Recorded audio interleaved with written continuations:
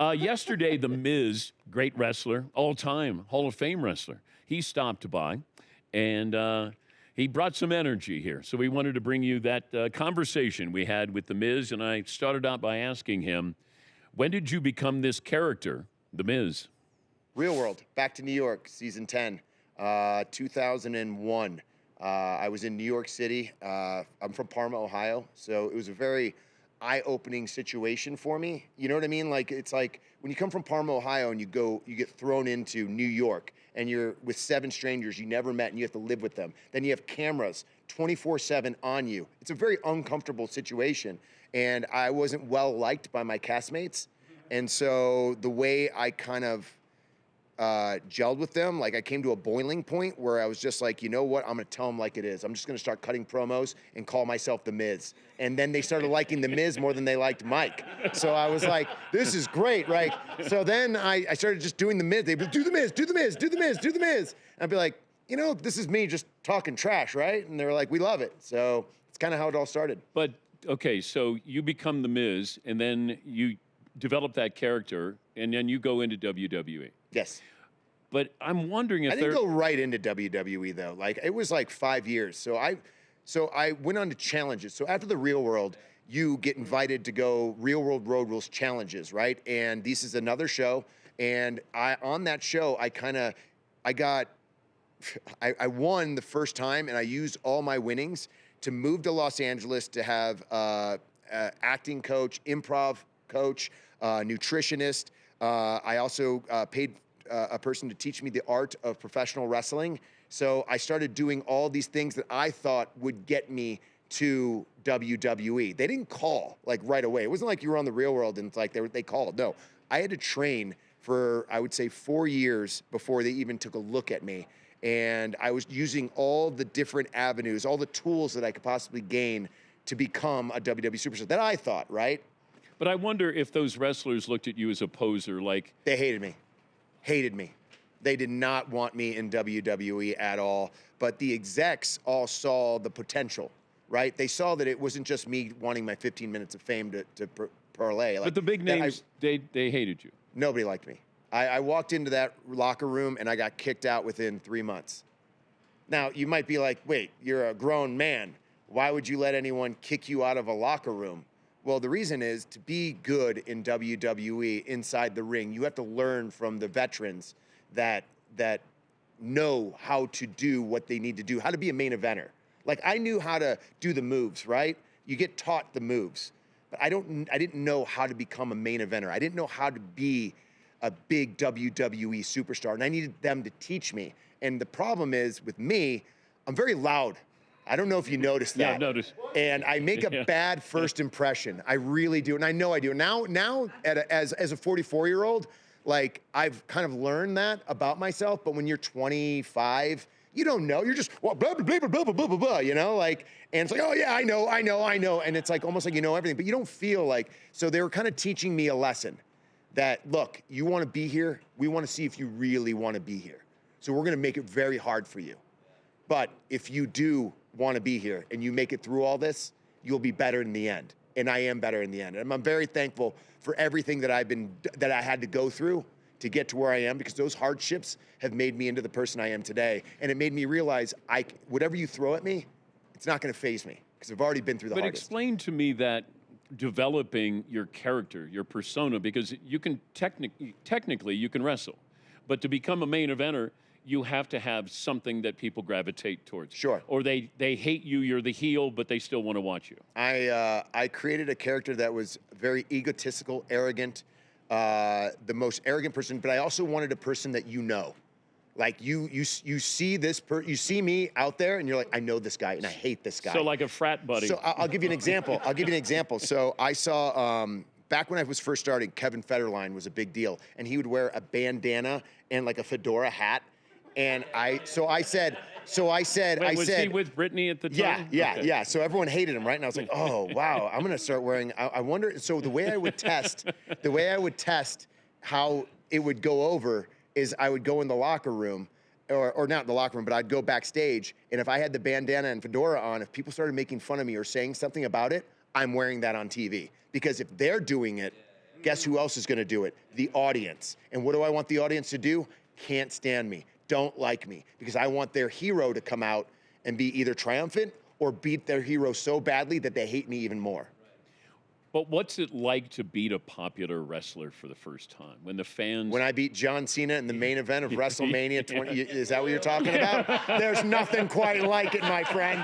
There's nothing quite like beating John Cena in the main event of WrestleMania and retaining the WWE Championship. So I'll tell you what, and people are always like, dude, you always brag about that. Wouldn't you? Wouldn't you? Okay, how does Cena, when you see John, how long before you bring up that? Or do you bring that up at all? Oh, I'll bring it up every time. Okay, You kidding me? Like, John taught me more in WWE and in life. He is an unbelievable talent, but even a better human being. And so he took me as a young kid, and when everyone else was like shooing me away, he was guiding me and showing me. And whenever I was in the ring with him, he was teaching me not just how to be a superstar, but to be a main eventer, how to do that. And so, but it feels like you're following his career path. I hope so. I mean, he's doing a tremendous job, from Peacemaker to all the movies that he's been able to do. He's a tremendous success, and there's a reason he's a tremendous success. It's because he's the hardest working person out there. And I try to emulate what he does. And I think Cody Rhodes is doing the exact same thing. I think Seth Rollins does that as well. If you're the hardest working person and you have, like me, I was always like, I'll outwork talent. Like, if you're more talented than me, I'll outwork that and I'll be better, because your laziness is going to hinder you and my hard work is going to make me thrive.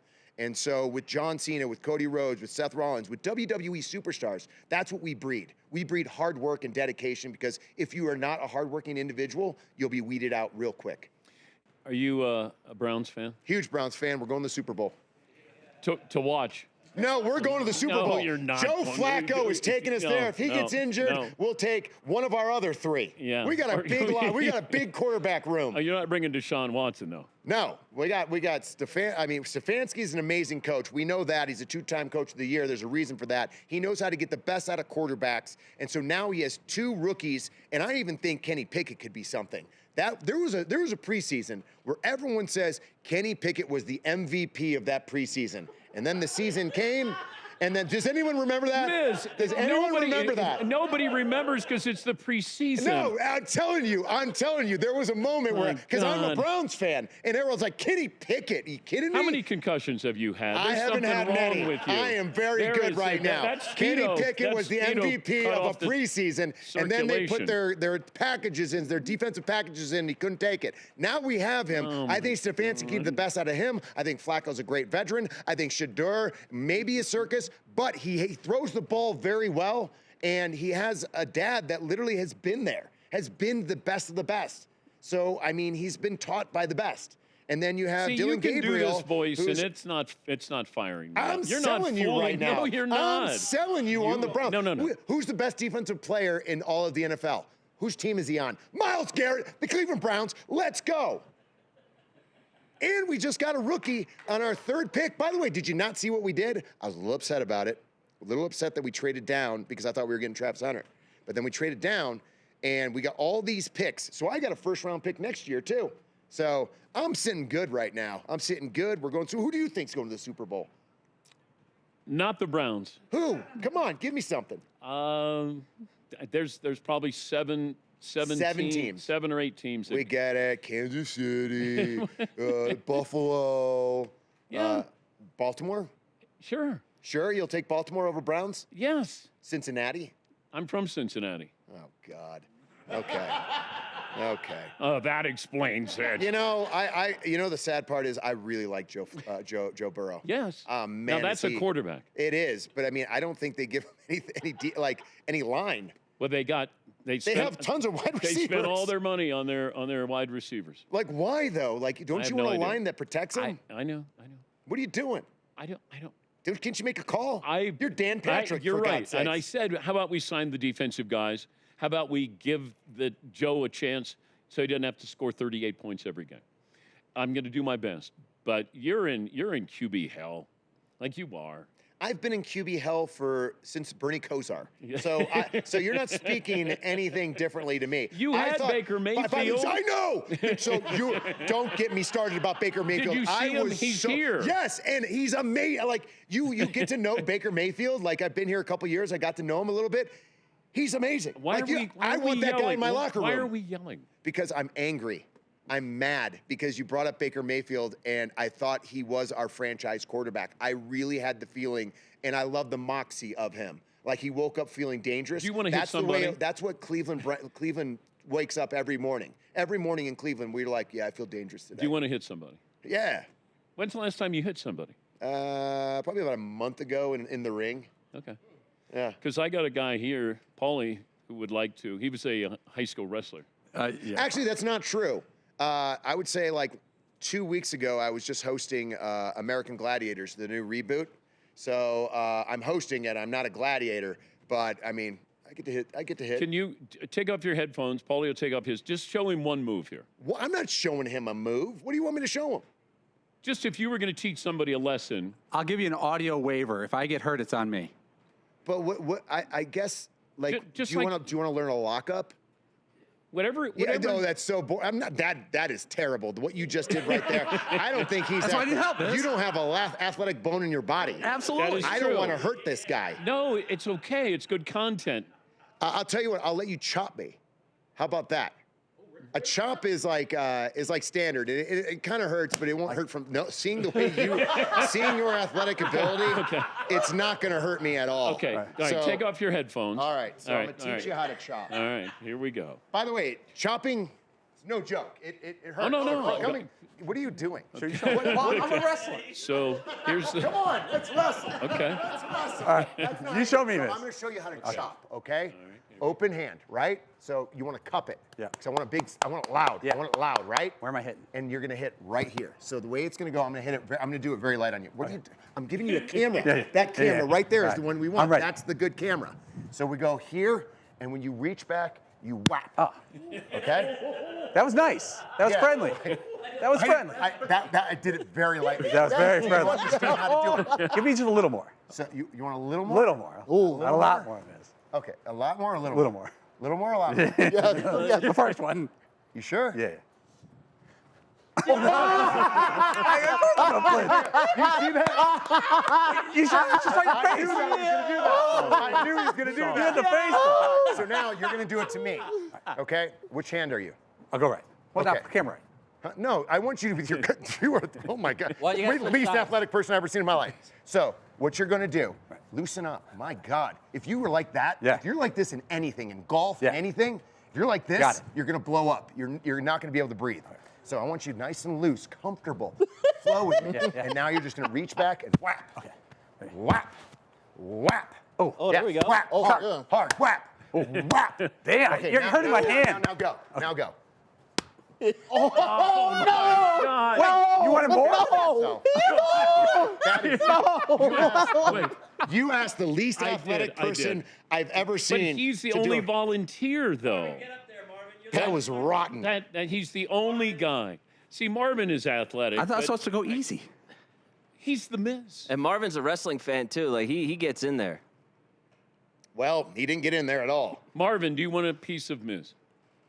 What are we doing? Am I just doing wrestling matches on the Dan Patrick show today? Okay, I'm here all to right. golf for All American right, Century okay. Championship. Okay.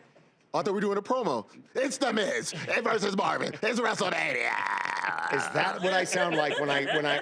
Is that what I sound like when I do promos? That's Vince McMahon from SummerSlam '90. Got it. Great to see you. Great to see Good you. luck with your Browns. Thank you very much. And Do I get any luck out here in the American Century Championship? I mean, I'm a 5,000 to 1. Me know. and Barkley are the worst rated. I know I saw that. I got a YouTube channel for golf, Miz Golf, and literally they're like, "Yeah, you're the worst out here." I'm like, "No, I'm not bad. I'm a good golfer." Will you finish? You won't finish last. No. Okay. I've never finished last. Are you better Second than? to last, Are you better I than have. Barkley?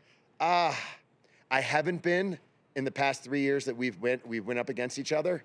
But the goal is to get to Barkley, to get to better. Barkley was 61st last year. That's not anything to That's it's pretty not good. about. 61st out of 90. Yeah, and I was 83rd. Okay. I beat A-Rod. All right. Isn't Wow. that something? Yeah. I like, wow. Great. Wow. I beat Jason Kelsey. Wow. Nothing? No. I mean, what do you want me to say? I beat Bryson DeChambeau. He's not playing. All right? Don't you want to be great? There's a reason.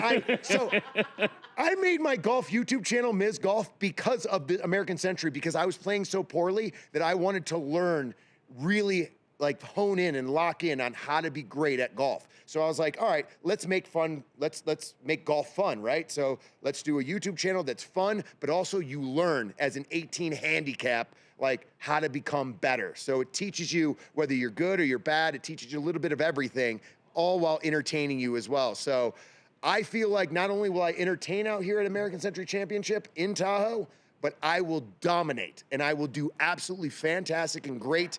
And I will be the person that people will want to see because I'm going to do that great. And that 5,000 to 1, that $1 is going to go a long way. How about a round of applause? Let's go. Let's go. Thank you, buddy. Thank you very much, guys. Appreciate you.